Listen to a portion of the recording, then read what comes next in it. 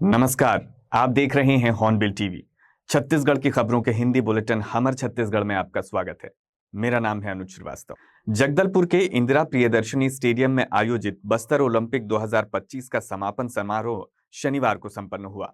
खेलेगा बस्तर बढ़ेगा बस्तर के संकल्प के साथ आयोजित इस आयोजन में केंद्रीय गृह मंत्री एवं सहकारिता मंत्री अमित शाह मुख्य अतिथि के रूप में शामिल हुए। कार्यक्रम की अध्यक्षता मुख्यमंत्री विष्णुदेव साय ने की, जबकि छत्तीसगढ़ विधानसभा अध्यक्ष डॉक्टर रमन सिंह अति विशिष्ट अतिथि के रूप में उपस्थित रहे। समारोह के दौरान खिलाड़ियों ने मार्च पास्ट कर मंचस्थ अतिथियों को सलामी दी। केंद्रीय गृह मंत्री अमित शाह ने कहा कि 2026 में जब वे फिर से बस्तर आएंगे तब पूरा देश लाल आतंक से मुक्त होगा। उन्होंने आत्मसमर्पित नक्सलियों और नक्सल पीड़ितों के लिए बेहतर पुनर्वास योजनाओं की घोषणा करते हुए कहा कि माओवादियों से हथियार छोड़कर मुख्य धारा में शामिल करने की अपील प्रशासन कर रहा है। हमने तय किया था कि 31 मार्च 2026 के पहले समग्र देश से ये लाल आतंक को खत्म कर देंगे, और आज बस्तर ओलंपिक 2025 में हम इसके कगार पर खड़े हैं। भाइयों बहनों, मैं 2024 में भी आया था, 25 में भी आया हूं और 26 में भी आऊंगा, ये मेरा वादा है। परंतु जब बस्तर ओलंपिक 2026 में नवंबर दिसंबर में मैं आऊंगा, तब समग्र भारत और छत्तीसगढ़ से ये लाल आतंक नक्सलवाद समाप्त हो गया है और नक्सल मुक्त बस्तर आगे बढ़ेगा। भाइयों बहनों, केंद्र में नरेंद्र मोदी जी भारतीय जनता पार्टी की एनडीए सरकार के प्रधानमंत्री। हमारा ये संकल्प है कि समग्र बस्तर को और भारत भूमि को नक्सल मुक्त कराना, मगर यहां से रुकना नहीं है। मैं आज आप सब लोगों के सामने कहकर जाता हूं, कांकेर, कोंडागांव, बस्तर, सुकमा, बीजापुर, नारायणगढ़, नारायणपुर और दंतेवाड़ा, ये 7 जिलों का संभाग बस्तर 2030 दिसंबर तक देश का सबसे विकसित आदिवासी जिले बनेंगे, तो मेरा बस्तर बनेगा। बस्तर के हर व्यक्ति को रहने के लिए घर, घर में बिजली, शौचालय, पीने का पानी नल से, गैस का सिलेंडर, 5 किलो अनाज और 5 लाख तक का मुफ्त इलाज बस्तर के 7 जिलों के घर घर में पहुंचाने का संकल्प ये भारतीय जनता पार्टी का संकल्प। गरियाबंद जिले से नक्सल उन्मूलन अभियान के तहत पुलिस को एक बड़ी सफलता मिली है। प्रतिबंधित संगठन सीपीआई माओवादी के डीजीएन डिवीजन में सक्रिय 2 हार्डकोर इनामी माओवादियों ने पुलिस के समक्ष आत्मसमर्पण कर दिया। आत्मसमर्पण करने वालों में एसडी के एरिया कमेटी सदस्य संतोष उर्फ लाल पवन और सीनापाली एरिया कमेटी सदस्य मंजू उर्फ नंदे शामिल हैं। दोनों पर कुल 10 लाख रुपए का इनाम घोषित था, जिसमें प्रत्येक पर 5-5 लाख रुपए का इनाम था। पुलिस अधिकारियों के अनुसार ये दोनों माओवादी लंबे समय से गरियाबंद उड़ीसा सीमावर्ती इलाकों में सक्रिय थे और कई गंभीर नक्सली घटनाओं, आईईडी ब्लास्ट तथा पुलिस के साथ हुई मुठभेड़ों में भी शामिल थे। दुर्ग में भारतीय विश्वविद्यालय का प्रथम दीक्षांत समारोह संपन्न हुआ। कार्यक्रम में छत्तीसगढ़ शासन के कैबिनेट मंत्री एवं उच्च शिक्षा मंत्री टंकराम वर्मा मुख्य अतिथि के रूप में शामिल हुए। इस अवसर पर विश्वविद्यालय के 86 विद्यार्थियों को पीएचडी की उपाधि प्रदान की गई। वहीं 9 विद्यार्थियों को उत्कृष्ट प्रदर्शन के लिए स्वर्ण पदक से सम्मानित किया गया। इसके साथ ही 146 विद्यार्थियों को विभिन्न पाठ्यक्रमों की डिग्रियां वितरित की गईं। समारोह को संबोधित करते हुए मंत्री टंकराम वर्मा ने कहा कि शिक्षा का उद्देश्य केवल नौकरी पाना नहीं, बल्कि समाज और राष्ट्र निर्माण में सक्रिय भूमिका निभाना होना चाहिए। भारतीय विश्वविद्यालय दुर्ग के प्रथम दीक्षांत समारोह में आने का अवसर मिला। मैं पूरे विश्वविद्यालय परिवार और हमारे जो आज पीएचडी धारक और गोल्ड मेडल जिनको मिला है सभी को मैं बहुत बहुत बधाई देता हूँ। ये बहुत ही गौरव का पल होता है जब हमारे विद्यार्थी अपने त्याग, अपने तपस्या, अपने परिश्रम के कारण, अपनी शोध के कारण पीएचडी की उपाधि से सम्मानित होते हैं। आज 89 हमारे विद्यार्थियों को पीएचडी और 9 को स्वर्ण पदक दिया गया। मैं सभी डिग्रीधारियों को बधाई देता हूं और हमारे विश्वविद्यालय परिवार को भी बधाई देता हूं। 2 साल हमारे छत्तीसगढ़ सरकार की बहुत ही बेमिसाल है। बहुत बड़े बड़े काम हुए हैं। अगर ये देखा जाए कि नक्सलवाद का खात्मा, नक्सलवाद लगभग समापन की ओर है और बड़ी मात्रा में नक्सलाइट मारे गए हैं और बड़ी मात्रा में लोग समर्पण किए हैं, मुख्य धारा में लौटे हैं। बस्तर में शांति आएगी, समृद्धि आएगी, विकास आएगी। और दूसरी बड़ी बात, जहां हमारे देश के यशस्वी प्रधानमंत्री माननीय नरेंद्र मोदी जी की गारंटी थी छत्तीसगढ़ में विधानसभा चुनाव में, उस बड़ी गारंटी को पूरा करने का काम माननीय विष्णुदेव साय जी ने किया है। रायगढ़ जिले में वर्ष 2025 की अंतिम राष्ट्रीय लोक अदालत का आयोजन जिला एवं सत्र न्यायालय परिसर में किया गया। राष्ट्रीय लोक अदालत का मुख्य उद्देश्य आपसी सहमति और मैत्रीपूर्ण तरीके से विवादों का समाधान कर न्याय तक आम नागरिकों की सहज और त्वरित पहुंच सुनिश्चित करना होता है। वर्ष 2025 की अंतिम राष्ट्रीय लोक अदालत में रायगढ़ जिले के सैकड़ों लोग पहुंचे और अपनी रजामंदी से मामलों का निपटारा किया। आज 13 दिसंबर 2025 को इस वर्ष का आखिरी लोक अदालत का आयोजन किया गया है। इस साल हमने पाया है कि लोक अदालत में बहुत सारे मामलों का हमने निपटारा किया है और हमारा प्रयास है कि भविष्य में भी और हम इससे बेहतर काम करें और ज़्यादा से ज़्यादा मामलों का निपटारा करें। लोक अदालत के माध्यम से न केवल उन मामलों का निपटारा कर रहे हैं जो न्यायालयों में लंबित है, प्री लिटिगेशन के मामले भी हैं जो न्यायालय में लंबित नहीं है और पक्षकारों के मध्य कुछ विवाद है, उन मामलों का भी हम लोक अदालत के माध्यम से निपटारा कर रहे हैं। हमारा प्रयास है कि ज़्यादा से ज़्यादा मामले लोक अदालत के माध्यम से निपटे, जिससे न केवल पक्षकारों के बीच में सामंजस्य बढ़े, उनके मामलों का निराकरण हो। रायगढ़ जिले में एनटीपीसी लारा का 13वां स्थापना दिवस 13 दिसंबर 2025 को मनाया गया। इस अवसर पर महाप्रबंधक केशव चंद्र राय ने एनटीपीसी का ध्वज फहराया और कर्मचारियों को संबोधित करते हुए लारा स्टेशन की उपलब्धियों पर विस्तार से प्रकाश डाला। उन्होंने बताया कि चालू वित्त वर्ष में नवंबर माह के अंत तक लारा स्टेशन ने 89.66% पीएलएफ पर 7,785.14 मिलियन यूनिट बिजली का उत्पादन किया है, जो पूरे एनटीपीसी के लिहाज से दूसरे स्थान पर है। उन्होंने स्टेज 2 परियोजना के निर्माण कार्य की जानकारी देते हुए कहा कि कार्य तेजी से प्रगति पर है और तय समय सीमा में पूरा कर लिया जाएगा।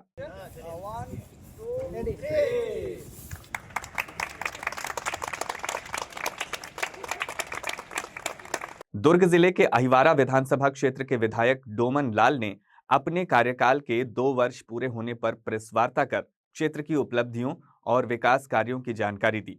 उन्होंने बताया कि परिसीमन के बाद वर्ष 2008 में अहिवारा विधानसभा का गठन हुआ और तब से क्षेत्र के समग्र विकास के लिए लगातार प्रयास किए जा रहे हैं। विधायक ने कहा कि शासन की विभिन्न योजनाओं के तहत अहिवारा क्षेत्र में करोड़ों रुपए के विकास कार्यों की नींव रखी गई है। अहिवारा विधानसभा का उदय 2008 में हुआ और इसका परिसीमन के अंतर्गत हुआ, अनुसूचित जाति के लिए आरक्षित हुआ। मैं स्वयं सतनामी समाज से आता हूं और एससी कोटे के अंतर्गत मुझे 2008 में टिकट दी गई। उस समय मैं शिक्षक रहा, कंपलसरी रिटायरमेंट लेकर मैंने सेवा के लिए तत्पर और मेरे कार्यकर्ता बंधुओं ने, सहयोगियों ने, जनता ने, जनार्दन ने, सभी लोगों का आशीर्वाद मिला और 2008 में हमने विधानसभा का सदस्य बनने का गौरव प्राप्त हुआ। 10 साल खाली रहने के बाद मैं अपने कार्यकर्ताओं से मिलता रहा, गांव में जाता रहा, उनकी समस्याओं को सुनता रहा और कार्यकर्ताओं के बदौलत फिर से 2023 में भारतीय जनता पार्टी ने मुझे टिकट दी। प्रदेश नेतृत्व, केंद्रीय नेतृत्व को मैं बहुत बहुत आभार व्यक्त करता हूं और मेरे जैसा सेवक का अवसर दिया। ये 2 साल की अवधि में हमने 200 करीब 98-92 लाख करोड़ हमने खर्च किया है और जनता के बीच कुछ मेहनती जो मांगे हैं उसको हमारे वरिष्ठ लोगों से, मंत्रियों से, मुख्यमंत्रियों से मांग रखे हैं। निश्चित तौर पर कुछ नए चीज हम करना चाह रहे हैं शिक्षा विभाग की ओर से, सड़क के निर्माण के लिए और जिस तरह जल संरक्षण होना चाहिए उस दिशा में हम काम। भिलाई के जामुल क्षेत्र स्थित शिवपुरी में 2 दिवसीय कबड्डी प्रतियोगिता का आयोजन किया गया। इस प्रतियोगिता में देश के विभिन्न राज्यों से कुल 44 टीमों ने भाग लिया, जिनमें 20 महिला और 24 पुरुष टीमें शामिल हैं। प्रतियोगिता के उद्घाटन अवसर पर मुख्य अतिथि के रूप में खादी एवं ग्रामोद्योग बोर्ड के अध्यक्ष राकेश पांडे और अहिवारा विधायक डोमन लाल उपस्थित रहे। हाल ही में बांग्लादेश की राजधानी ढाका में आयोजित द्वितीय महिला कबड्डी विश्व कप 2025 में भारत की ऐतिहासिक जीत के बाद प्रदेश में कबड्डी खेल को लेकर जबरदस्त उत्साह देखने को मिल रहा है। इस विश्व कप में छत्तीसगढ़ के कोरबा की रहने वाली स्टार खिलाड़ी संजू देवी ने शानदार ऑलराउंड प्रदर्शन करते हुए मोस्ट वैल्यूएबल प्लेयर का खिताब जीतकर प्रदेश का नाम रोशन किया था। मैं सबसे पहले आप सभी का धन्यवाद देना चाहता हूं कि आज आपने आकर जामुल नगर की गौरव को बढ़ाया। साथ ही साथ मां महामाया युवा संगठन के द्वारा जो 2 दिवसीय महिला पुरुष कबड्डी ओपन कबड्डी प्रतियोगिता है, इस प्रतियोगिता को कराने का मेन उद्देश्य था कि आने वाले समय में जो हमारे नए यूथ है उनको खेल के लिए जोड़े। चूंकि मैं एक पूर्व में कबड्डी खिलाड़ी रह चुका हूं, तो मैं भी चाहता हूं कि मेरे नगर में भी राष्ट्रीय स्तर के खिलाड़ी हो। तो उसी के तहत आज सुंदर आयोजन किया 2 दिवसीय, जिसमें अन्य प्रदेशों की टीम आई है और एक सुंदर माहौल है और बहुत अच्छा मैच का नजारा देखने को मिलेगा। तो पूरे नगर वासियों को ये मैच समर्पित है। महासमुंद जिले में आयोजित कंप्यूटर साइंस की परीक्षा उस समय विवादों में घिर गई जब परीक्षा देने पहुंचे लगभग 30 छात्रों ने प्रश्न पत्र पर गंभीर आपत्ति जताते हुए परीक्षा का बहिष्कार कर दिया। छात्रों का आरोप है कि प्रश्न पत्र में कई सवाल निर्धारित सिलेबस से बाहर के पूछे गए थे, जिससे विद्यार्थी असमंजस में पड़ गए। परीक्षा शुरू होने के कुछ ही मिनट बाद छात्र सामूहिक रूप से परीक्षा कक्ष से बाहर निकल आए और केंद्र परिसर में विरोध प्रदर्शन करने लगे। छात्रों का कहना है कि उन्होंने परीक्षा की पूरी तैयारी विश्वविद्यालय द्वारा निर्धारित पाठ्यक्रम के अनुसार की थी, लेकिन प्रश्न पत्र उससे पूरी तरह अलग था। छात्रों ने चेतावनी दी है कि यदि उनकी मांगों पर जल्द कार्रवाई नहीं हुई तो आंदोलन तेज कर दिया जाएगा। CS फर्स्ट सेम की विद्यार्थी हूँ और आज हमारा कंप्यूटर साइंस का पेपर था जिसमें सारी क्वेश्चंस जो थे हमारे आउट ऑफ सिलेबस आए थे, सिलेबस के नहीं थे। इसलिए हम सभी जितने भी पेपर दिला रहे थे विद्यार्थी वो सब पेपर हॉल से बाहर आ गए और अभी जो है वो यूनिवर्सिटी के लिए मतलब उनको ज्ञापन सौंप रहे हैं ताकि बोनस अंक प्रदान करें और री एग्जामिनेशन के लिए। आज जो है computer science BSc first sem का एग्ज़ाम था। बच्चों को हमने क्वेश्चन पेपर बांटा, उसके बाद बच्चों ने जो है ये ध्यान में लाया कि हमारा जो है वो प्रश्न पत्र सिलेबस से बाहर का है। तो इस संबंध में हमने विश्वविद्यालय बात किया। विश्वविद्यालय ने कहा कि आप एक आवेदन बच्चों से लिखवा लेंगे परीक्षा समाप्ति के बाद और उसके बाद जो है वो विश्वविद्यालय आप प्रेषित करेंगे। तो हम पूरी प्रक्रिया कर लिए हैं। अभी विश्वविद्यालय हम मेल करना चाह रहे हैं। रविवार को सिंधी समाज द्वारा बिलासपुर शहर के लखीराम ऑडिटोरियम में आहा जिंदगी रिश्तों की पाठशाला विषय पर कार्यक्रम का आयोजन किया गया। कार्यक्रम में अमरावती से आए प्रख्यात वक्ता संतोष, नेशनल सॉफ्ट स्किल ट्रेनर आंचल पंजवानी, भारतीय सिंधु सभा की विनीता भावनानी तथा पीतपाल सिंह बाली विशेष रूप से उपस्थित रहे। कार्यक्रम का मुख्य उद्देश्य आज के दौर में तेजी से टूटते पारिवारिक और सामाजिक रिश्तों को बचाना तथा नए रिश्तों में प्रेम और मिठास बनाए रखने के प्रति समाज को जागरूक करना था। कार्यक्रम में वक्ताओं ने रिश्तों में संतुलन, संवाद और संवेदनशीलता के महत्व पर प्रकाश डालते हुए जीवन की समस्याओं से निपटने के व्यवहारिक उपाय भी बताए। हाँ, जिंदगी रिश्तों की पाठशाला जो सेंट्रल सिंधी पंचायत के माध्यम से सिंधु चेतना के माध्यम से सिंधी सेंट्रल महिला और युवा के माध्यम से बिलासपुर में आयोजित हुई है। जैसे कि हम सब देख रहे हैं कि वर्तमान युग में रिश्तों में जो पहले मिठास थी वो नहीं रही, खटास बढ़ती जा रही है, रिश्ते टूटते जा रहे हैं, बने नहीं हैं, बिगड़ने के लिए पहले ही वातावरण बना हुआ है, अपनों का एहसास नहीं, प्यार नहीं, और कितना नहीं पुरुष संघर्ष कर रहा है कि घर परिवार मेरा अच्छा चले, व्यवस्थित चले, बच्चों को पढ़ाऊं लिखाऊं, अच्छे घरों में विवाह कराऊं, नौकरियां दिलवाऊं, लेकिन उनसे कहीं तो भी अच्छा रिटर्न नहीं दिखाई दे रहा, जिसके कारण हर कोई अंदर में डिस्टर्ब है, दुखी है। कहीं तो भी बाहर लगता है, सोशल मीडिया को देखते हैं, हज़ारों मोबाइल में नंबर फीड हैं, हम कईयों से जुड़े हैं, लेकिन जब एकांत में आते हैं ऐसे लगता है मैं अकेला हूँ। कभी कभी तो लगता है मैं जीवित ही क्यों हूँ, मैं किसके लिए जीऊँ, किसके लिए करूँ।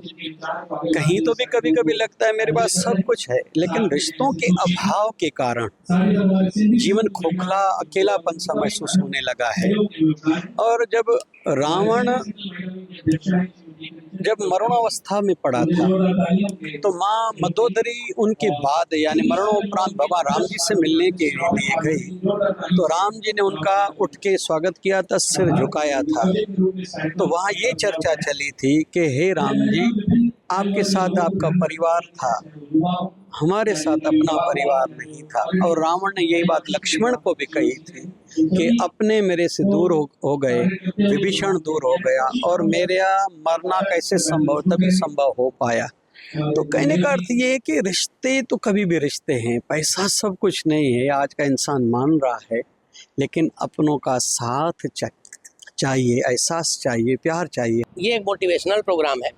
ये कार्यक्रम जो है खासकर युवाओं को प्रेरित करने के लिए, युवाओं को समझाइश के लिए, और जो अभी नई पीढ़ी है जिनकी अभी शादी होने वाली है, उनको अपने एक लाइफ पार्टनर में क्या योग्यताएं देखनी चाहिए या उनकी क्या सोच है, और उसके लिए आज यहाँ पे बाहर से यहाँ पे स्पीकर आए हुए हैं जो उन्हें मार्गदर्शन देंगे, उन्हें प्रेरित करेंगे, हर चीज़ की जानकारी, उनके सवालों के जवाब देंगे, जो मन में उनके जो भी सवाल हैं उन सब सवालों के जवाब देंगे।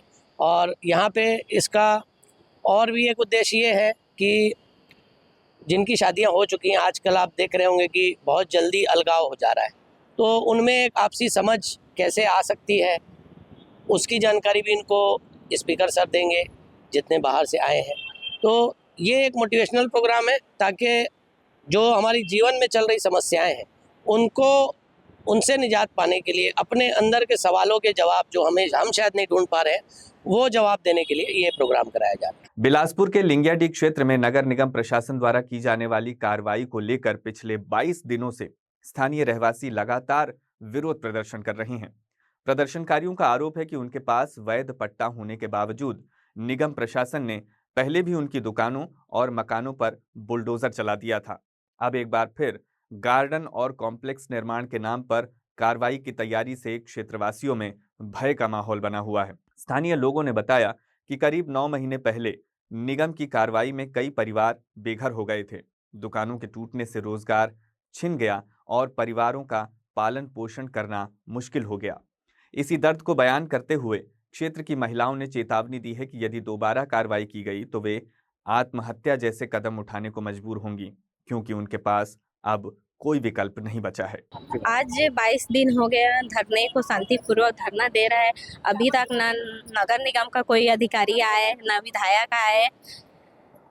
9 माह पूर्व सबको बेघर किया गया, जबरदस्ती तोड़ा गया है बिना नोटिस का। सड़क और नाली का ले लिया गया है, जो बचे जगह उसको भी उन लोग को तोड़ने का प्लान है। सर्वे किया गया जबरदस्ती, घर में घुस के। अगर हम लोग का घर, हम लोग का रोजी रोटी छीना गया, तोड़ा गया, तो हम लोग आत्महत्या कर लेंगे बच्चे से ही। और हम लोग जहाँ रहते हैं, हम लोग अधिकारियों को क्या बोलना है इस बारे में? पहले टूट चुका है 9 महीने पहले, अब तो क्या कार्रवाई आके बात नहीं कर रहे हैं ना, आना चाहिए। 22 दिन हो गए, आके बात करना चाहिए। क्यों ऐसा कर रहे हैं? बात ही नहीं कर रहे आके। कितने परिवार? कम से कम 150 परिवार रहते हैं यहाँ। जो सर्वे हुआ 150 परिवार का सर्वे हुआ है। अभी। अब आपको क्या चाहते हो? हम लोग चाहते हैं हम लोग जहाँ हैं वहीं हमको जगह दिया जाए। पैसा हम लोग 2022 में दे दिए, 2019 में सर्वे हुआ, 2022 में पट्टा का पैसा जमा कर दिए, पावती है, रसीद है, सब है। हम लोग का जहाँ पैसा जमा हुआ है पट्टे का हमको दिया जाए। 50-60 साल से यहाँ हो गया, हम लोग को 3 पीढ़ी गुजर गया। अभी हम लोग को भगाने के लिए कह रहे, सब कुछ मंगे रोड के लिए, नाली के लिए हम सब दिए हैं। अभी घर बिना नोटिस के बोलते तोड़ने के लिए जाएंगे, तोड़ेंगे करके। हम लोग छोटे छोटे बच्चे लेके कहाँ जाएंगे, आप ही तो बताइए, है ना। हाँ, अगर हम लोग को अगर भगाना है तो हम लोग का यहीं पट्टा दीजिए, देने के लिए बोल दीजिए। हम लोग यहाँ रहेंगे, हम लोग टैक्स भी पटाते हैं, बिजली बिल भी पटाते हैं, लेकिन हम लोग स्थायी कहीं पर नहीं रख रहे हैं। रात को जब सब इंसान सोए हैं, आधी रात को भी आके उन लोग बिना बोले बिना किए हुए बुलडोजर चला दे रहे हैं। ऐसा करना उचित नहीं हो रहा है। तो आप ही लोग हम लोग को मदद करिए, क्योंकि हम लोग तो बेघर नहीं हो सकते, छोटे छोटे बच्चे लेके तो रास्ते में नहीं बैठ सकते हैं। आज के बुलेटिन में बस इतना ही। मुझे दीजिए इजाजत। देखते रहिए हॉर्नबिल टीवी।